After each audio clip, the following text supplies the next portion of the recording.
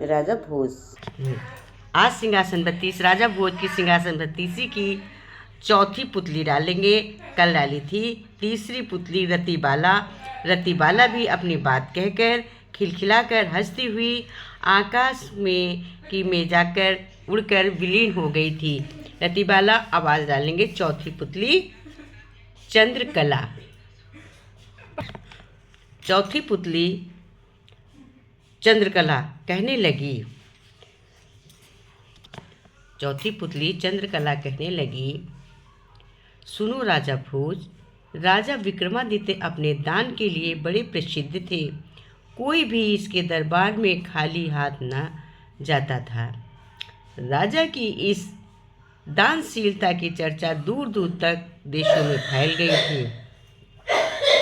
अमरपुरी नगरी में एक गरीब ब्राह्मण रहता था। उसकी एक झोपड़ी में उस गरीब ब्राह्मण का सब कुछ जलकर स्वाहा हो गया। तभी एक स्त्री ने ब्राह्मणी को सांत्वना दी और कहा, रो मत, अपने पति को राजा विक्रमादित्य के पास भेज दो। वो बहुत दानी है, उसने एक छोटे से भवन का दान मांग लो, तुम्हारे दुख दूर हो जाएंगे। ब्राह्मणी को बात जम गई। उसने ब्राह्मण से इसकी चर्चा की। ब्राह्मण ब्राह्मणी की बात मानकर राजा विक्रमादित्य की नगरी उज्जैन आया और राजा के दरबार में गया। द्वारपाल ने आने का कारण पूछा। ब्राह्मण ने साफ साफ बतला दिया। द्वारपाल के पास एक मशखरा खड़ा था। उसने ब्राह्मण को बात सुनकर हंसना शुरू कर दिया। मशखरा उससे कहने लगा, समुद्र में से एक चुल्लू पानी निकालना कहाँ की बुद्धिमानी है। राजा विक्रमादित्य के समानदानी राजा से एक छोटा सा मकान क्या मांगता है, वो एक महल।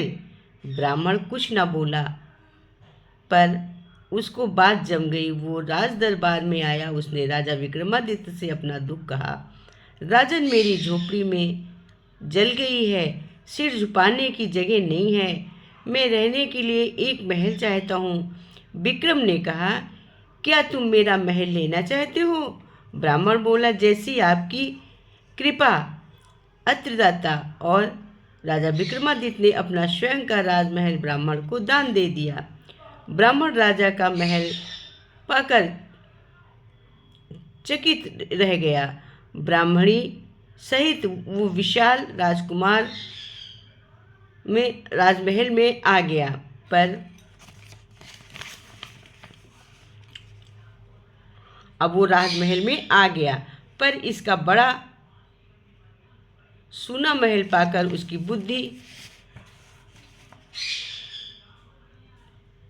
काम न कर रही थी कि वो क्या करे क्या ना करे। ब्रह्माणी भी हैरान थी। उसने ब्राह्मण से कहा, राजा की शान दान महल के कोने में उन्होंने अपने थोड़ी सी गृहस्थी। ब्राह्मणी महल के फर्श पर लेट गए। सारा महल सैंग सैंग कर रहा था। रात के सन्नाटे के साथ साथ महल का वातावरण और डरावना होता गया। अज्ञात भय के कारण दोनों को नींद नहीं आ रही थी। ब्राह्मणी भय से थर थर काँप रही थी। वो घबराकर बोली, महल में भूत प्रेत की माया लगती है। वो सवेरा हुआ। जब दिन का प्रकाश फैल गया तो ब्राह्मण राजा के पास अपनी फरियाद लेकर गया। उसने साष्टांग दंडवत कर, महाराज, मुझे आपका महल नहीं चाहिए। आत्रदाता, हम महल के प्रेतों को निवास है, आप उसे वापस ले लीजिए। राजा बोला, ब्राह्मण देवता, आप निर्धन अवश्य हैं, पर मेरी पूजनीय है। आपको दिया गया महल में वापस नहीं ले सकता। दान दी गई वस्तु वापस लेकर मैं पाप का भागी नहीं बन सकता। तभी महामंत्री ने उठकर कहा, राजन, आप इस महल का मूल्य देकर वापस ले सकते हैं। राजा विक्रमादित्य ने ये स्वीकार कर लिया और ब्राह्मण को उसका मूल्य देने का आदेश देकर चले गए।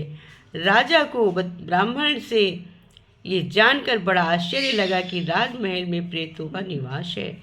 अतः उस रात उसने स्वयं राजमहल में सोने का निश्चय किया। अचानक रात में कुछ आहट हुई। राजा विक्रम उठकर बैठ गया और बोला, कौन है? जवाब मिला, मैं लक्ष्मी, तुम्हारे राज की लक्ष्मी। राजा विक्रम, तुम धर्माचरण करते हो, इस कारण मेरा वास तुम्हारे राजमहल में है। लक्ष्मी राजा विक्रम के सब सामने आ गई। राजा विक्रम ने उसको साष्टांग प्रणाम किया। वो प्रसन्न हो गई और बोली, राजा विक्रम, इस प्रसन्न है, अति प्रसन्न हूँ, क्या चाहिए मांग लो। राजा विक्रमादित्य कुछ देर मौन रहे, फिर बोले, आपकी यही आज्ञा है देवी, तो मेरा महल छोड़कर मेरी प्रजा को घर घर में धन वर्षा कर दो। लक्ष्मी तथास्तु कहकर अंतर्ध्यान हो गई। राजा भोज उस रात उज्जैन नगरी के घर घर में धन की वर्षा हुई। राजा विक्रमादित्य की प्रजा धन से परिपूर्ण हो गई। गरीबी का नामो निशान मिट गया। चंद्रकला बोली, सुनो राजा भोज, राजा ने लक्ष्मी के प्रसन्न होने पर उसने लिए नहीं, अपनी प्रजा के लिए धन मांगा है। क्या तुम अपने इतने उदार विशाल हो? क्या तुम एक गरीब ब्राह्मण को अपना राजमहल दान में दे सकते हो? क्या तुमने आज एक भी इस प्रकार का कार्य किया है? अगर किया है तो इस सिंहासन पर बैठो, वरना नहीं। और चंद्रकला अपनी बात पूरी कर खिलखिलाकर हंसती हुई उड़ गई और विलीन हो गई। इस तरह से हंसती खिलखिलाती हुई चौथी पुतली भी विलीन हो गई। चौथी पुतली चंद्रकला भी आकाश में विलीन हो गई। आज ये सिंहासन बत्तीसी की चौथी पुतली थी। चौथी पुतली बहुत ही सुंदर थी, बहुत ही सुंदर। इसका वर्णन है चंद्रकला का। आप लोग ज़रूर सुनिएगा, लाइक सब्सक्राइब करिएगा। जो नए लोग हों तो लाइक सब्सक्राइब जरूर करिएगा। सब लोग ज़रूर सुनिएगा। बहुत अच्छी पुतलियाँ हैं। चौथी पुतली से बहुत ही इंटरेस्टिंग विषय है। देखिए लक्ष्मी की वर्षा कैसे वापस हुआ, किस तरह से लक्ष्मी की वर्षा हुई उज्जैन नगरी में, किस प्रकार से पूजा फैली और धन की वर्षा हुई, उस तरह से किस तरह से सब कहीं धन की वर्षा हुई है। इसको दृष्टांत को जरूर सुनिएगा। सभी लोग पूरे दृष्टांत जरूर सुनिए। अगर अच्छी लगे तो लाइक और सब्सक्राइब करिए, शेयर करिएगा। अगली पुतली कल फिर 5वीं पुतली। हरि ओम।